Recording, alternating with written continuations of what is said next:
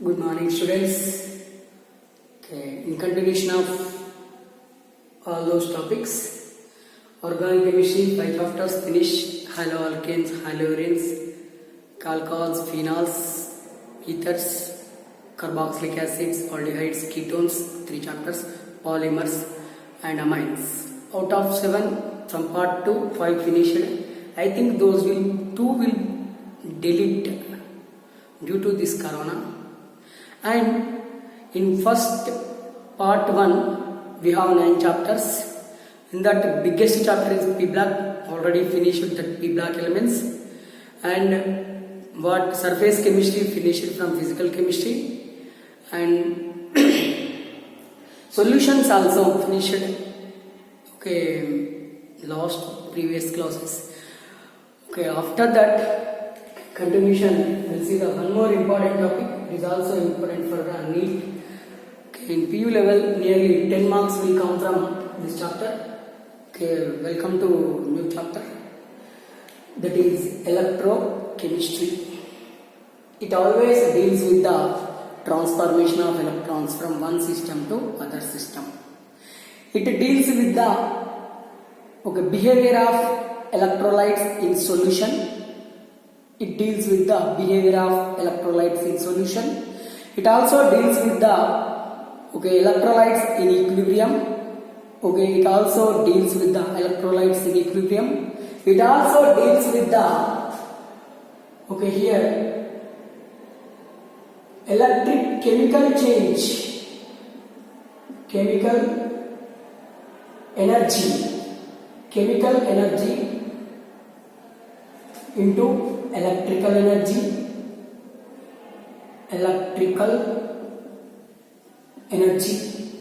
We observe chemical energy into electrical energy. This is observed in galvanic cell.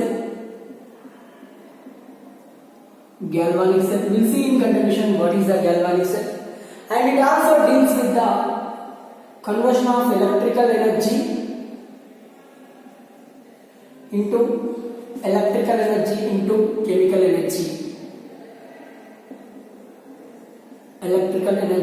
chemical energy. This will observe in electrolytic cell. We'll see what is the meaning of cell. What is the meaning of galvanic cell? What is the meaning of electrolytic cell? We'll see continuation. Okay, here this is the just what is the electrochemistry and definition of electrochemistry, which deals with the chemistry which deals with the transformation of electrons from one system to other system, we call as electrochemistry. Transformation of electrons from one chemical molecule into other, or metal into other metal, or solution into other solution, called as electrochemical reaction, and the chemistry is called electrochemistry. In electrochemistry, first we'll see the conductors and insulators. We'll see some of the important terms: conductors, insulators. What are the conductors and what are the insulators? The chemical substance which allows flow of electron through them, called as conductors. Example for conductors, so many examples are there. Here most of the metals are conductors. Hydrochloric acid is the conductor. Sodium chloride is the conductor. Oh, these are the best example. And here graphite is also one of the best conductor. Graphite, it is a non-metal. Graphite is non-metal due to the presence of one lone electron. In graphite, all carbon atoms are arranged in a trigonal planar structure. Here we have the one lone single electron. Here we have the one single electron, and here carbon exhibits sp2 hybridization. Due to the presence of this lone electron, graphite. Actually, graphite is non-metal, but it acts as a good conductor. Good conductor. Diamond is non-conductor. Okay, that we called insulator. What is the meaning of insulator? The chemical substance which do not allow the electricity through them. Okay, such substances we called as insulators. Such substances we called as insulators. Example for insulators: diamond. Okay, it is a non-conductor or insulator. Wood, ethyl alcohol. Okay, diamond, wood, ethyl alcohol, and along with that plastics. Okay, plastics. All these are the best example for the insulators. What are the conductors which allow the electricity flow of electrons through them? We called as, or which allows the electricity through them, called as conductors. Which do not allows the electricity and or flow of electrons through them, we called as insulators. These are the example for conductors. These are the example for here insulators. Then in continuation, conductors are based on the nature. Conductors are classified into two types. Conductors are classified into two types. What are those? One is metallic conductors.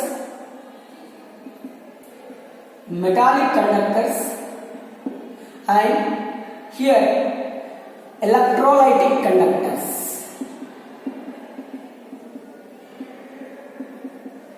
Metallic conductors and electrolytic conductors.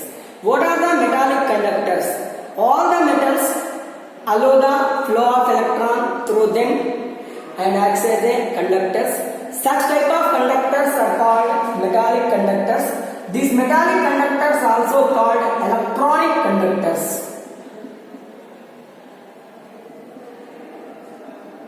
Electronic conductors. What are the metallic conductors? All the metals, most of the metals allow the flow of electron, allow the electricity through them, called as metallic conductors. Such metallic conductors are also called electronic conductors. Electronic conductors. Example for electronic conductors. Here copper is the best example. Aluminium is the best example. These two metals allow the flow of electrons. That's why these are simply considered as a metallic conductors. Example for electrolytic conductors. What is the definition of electrolytic conductors? The chemical substance or the material or the conductor which allows the flow of electron in molten state or in aqueous solution state. In molten state or in aqueous solution state, called as electrolytic conductors. Electrolytic conductors. Example for this: all inorganic salts. All inorganic salts.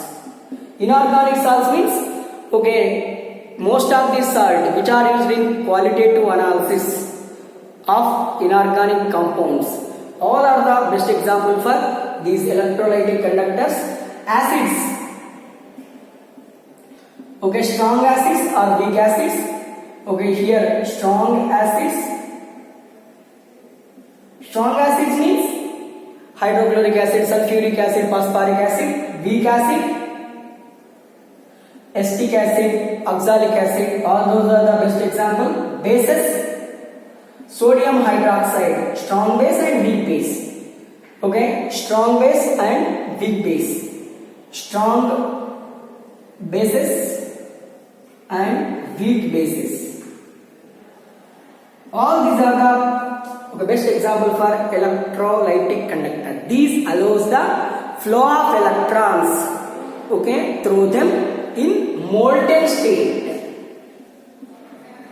In molten state or in aqueous solution.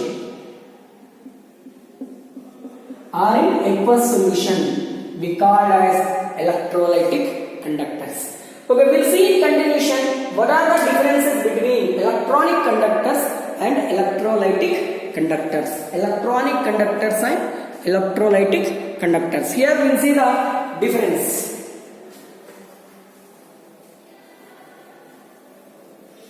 Differences between electronic conductors and here electrolytic conductors.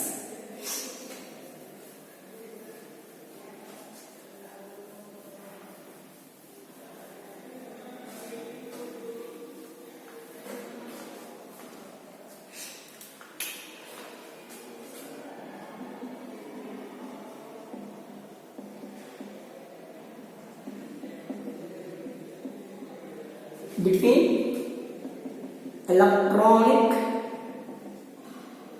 conductors and electrolytic conductors.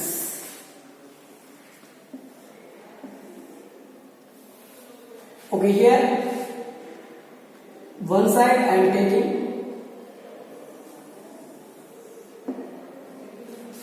electronic,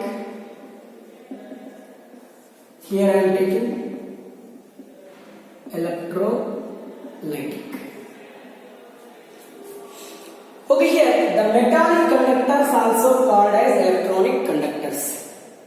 That means here, okay, for the conductancy, the metals only, the solid substances only responsible for the conductance. Metals only, metals, that means solid substances only responsible for the conduction. Solid substances only responsible for the conduction. Here maybe molten substances are aqueous solutions of compounds, chemical substances responsible for the conductance. And here only electrons are responsible for the conductance. Metal, when any, okay, metal only lose electron. That means metal lose electron when sunlight or any fluid fall down on its surface. That we call flow of electron. This is we called as electricity. And here, if you pass electrons through metal, it absorbs the electrons and it allows the electrons. Okay, the flow of electrons we called as electricity, and the material we called conductor. Which is responsible for the conductance here? Electrons only responsible for the conductance. Electrons only here responsible for the conductance. Here, okay, in molten state or in aqueous solution state, molecule, suppose sodium chloride is there, in aqueous state or in molten state, okay, it can decompose or deionize into ions. These ions are responsible for the conductance.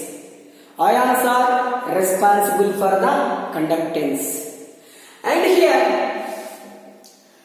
okay, if metal acts as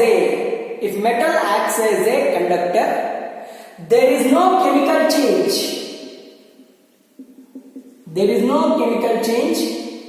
And there is no decomposition of molecule,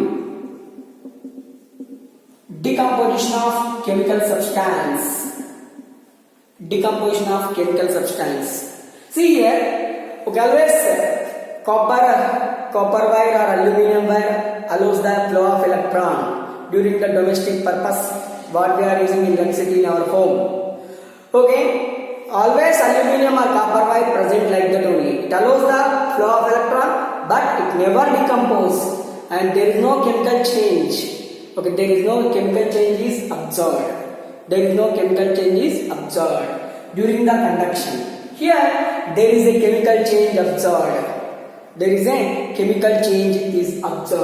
And it allows the electrons, Okay, here ions are responsible for the conductance. It allows the electron and get discharge, and these ions may be changed. These ions chemically changed. Suppose water is there, sodium hydroxide, sodium chloride plus water. Okay, it is divided into Na plus Cl minus H plus OH minus. It allows the electricity after the completion of reaction. What happens? It allows the electricity and acts as a electrolytic conductor.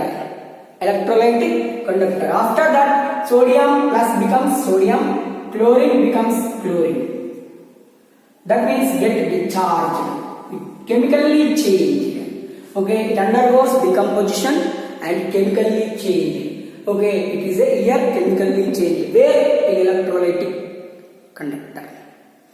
And here, what is the effect of temperature? Here also, effect of temperature.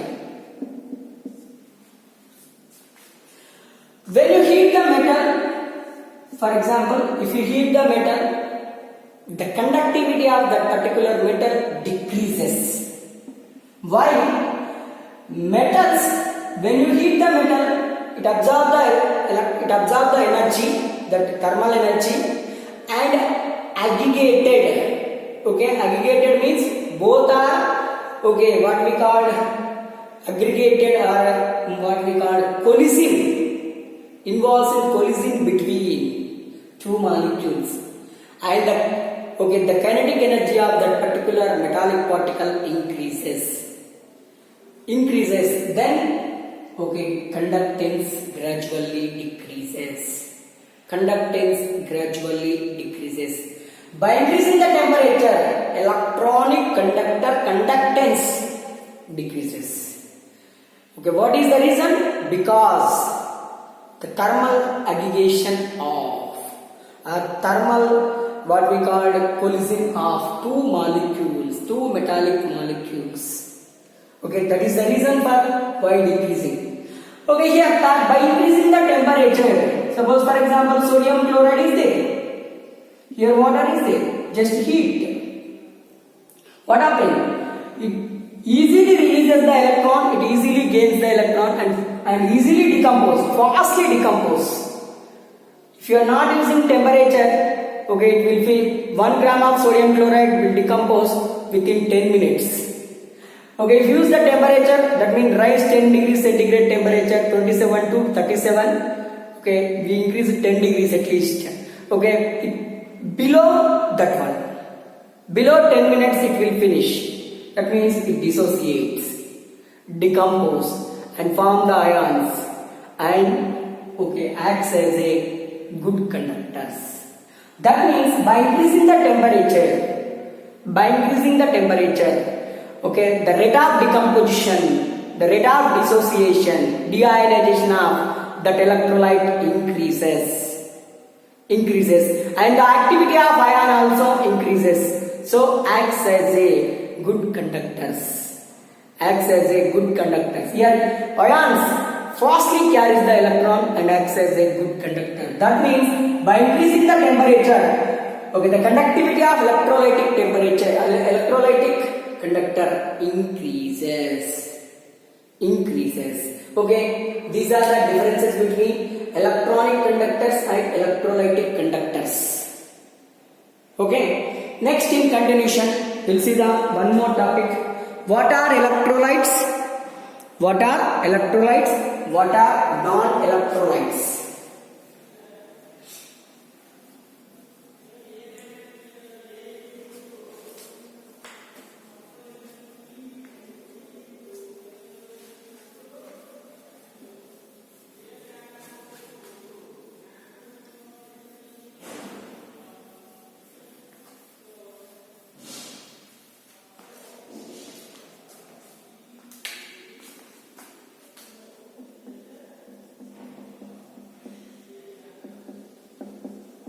Electrolytes and one more important one, non-electrolytes.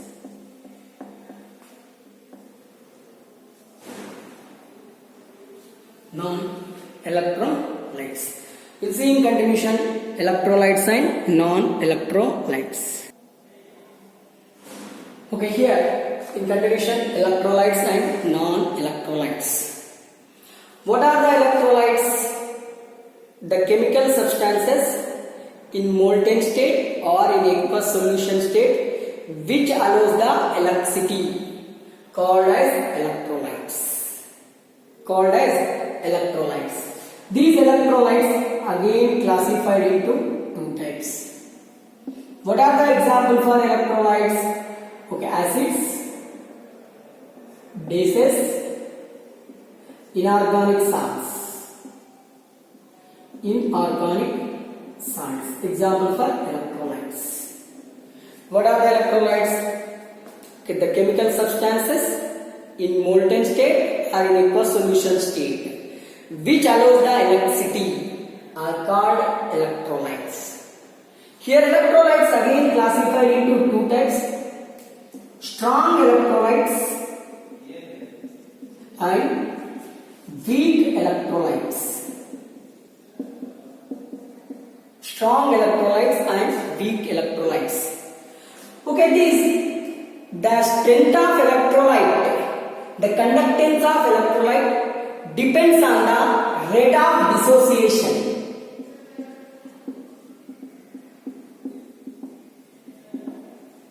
Okay, the conductance of an electrolyte depends on the rate of dissociation. The chemical substance which dissociate fastly and completely, such chemical substances are called strong electrolytes.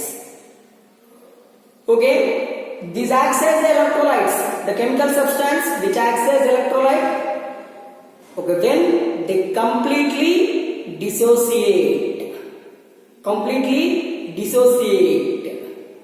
okay, those are simply considered as a strong electrolyte.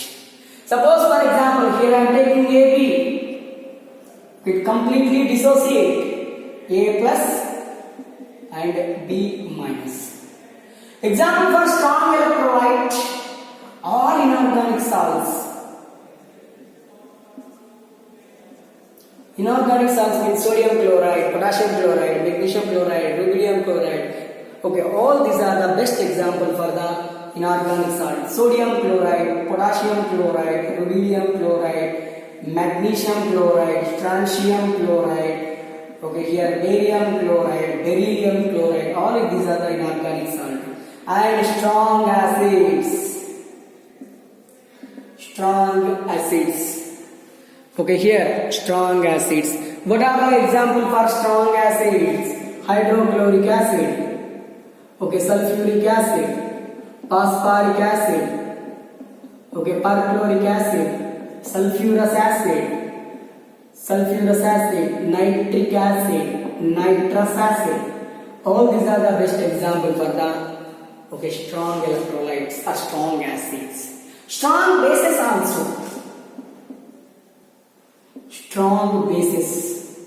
What are the example for strong bases? First group, second group, element hydroxides. Sodium hydroxide, lithium hydroxide, magnesium hydroxide, calcium hydroxide, strontium hydroxide. All those are the best example for the strong bases. All strong bases, all inorganic salts, and here all strong acids are completely dissociated in aqueous solution.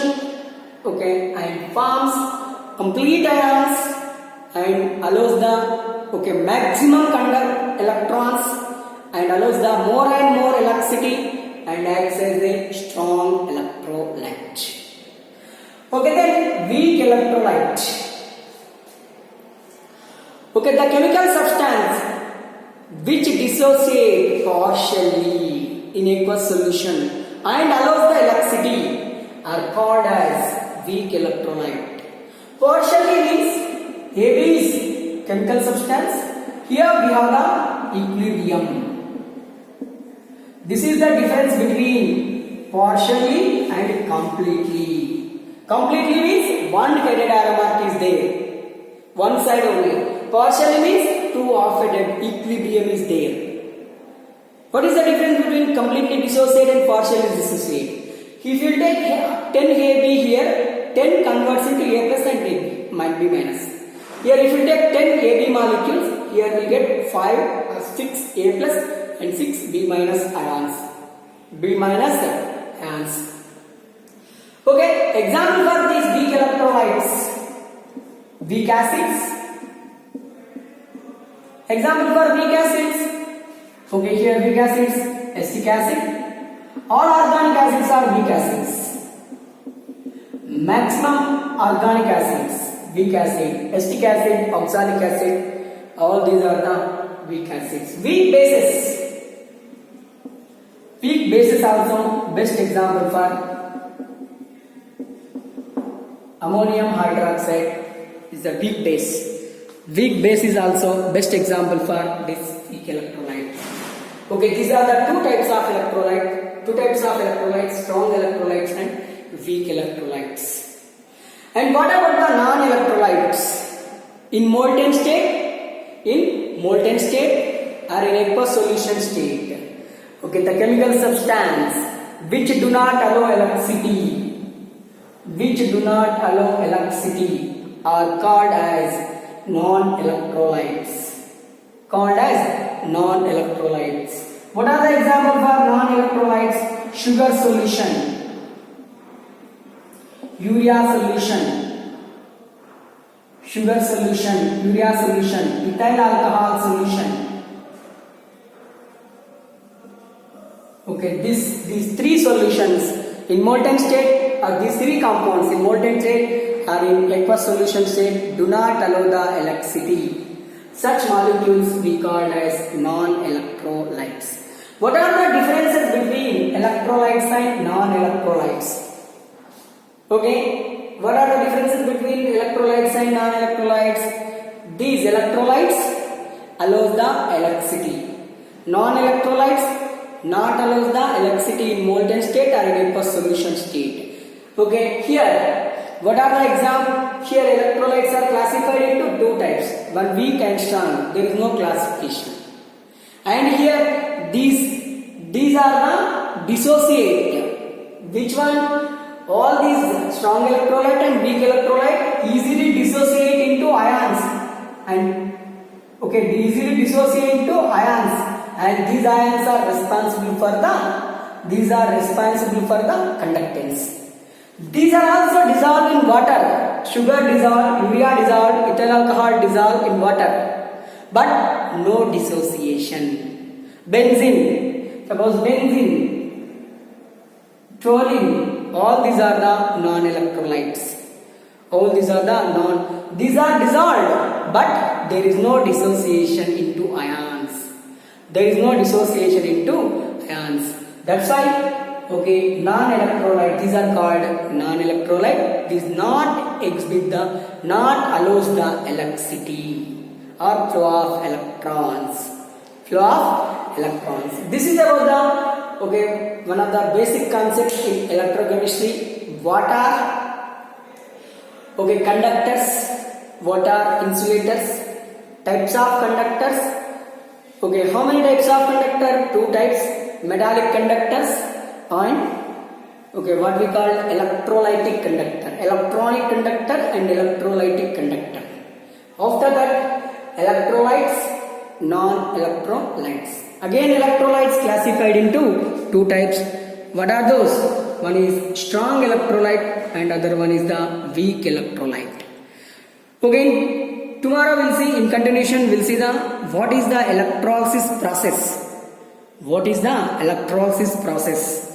How we'll do the electrolytic process, and what we call how electrons are how ions are migrated. What is the cathode, what is the anode, what is the electrolytic cell, how we'll do the electrolysis. Which ions are transferred to the cathode, which ions are transferred towards the anode, what happen at anode, what happen at cathode, which reaction takes place anode and which reaction takes place at cathode. We'll see in continuation the topic.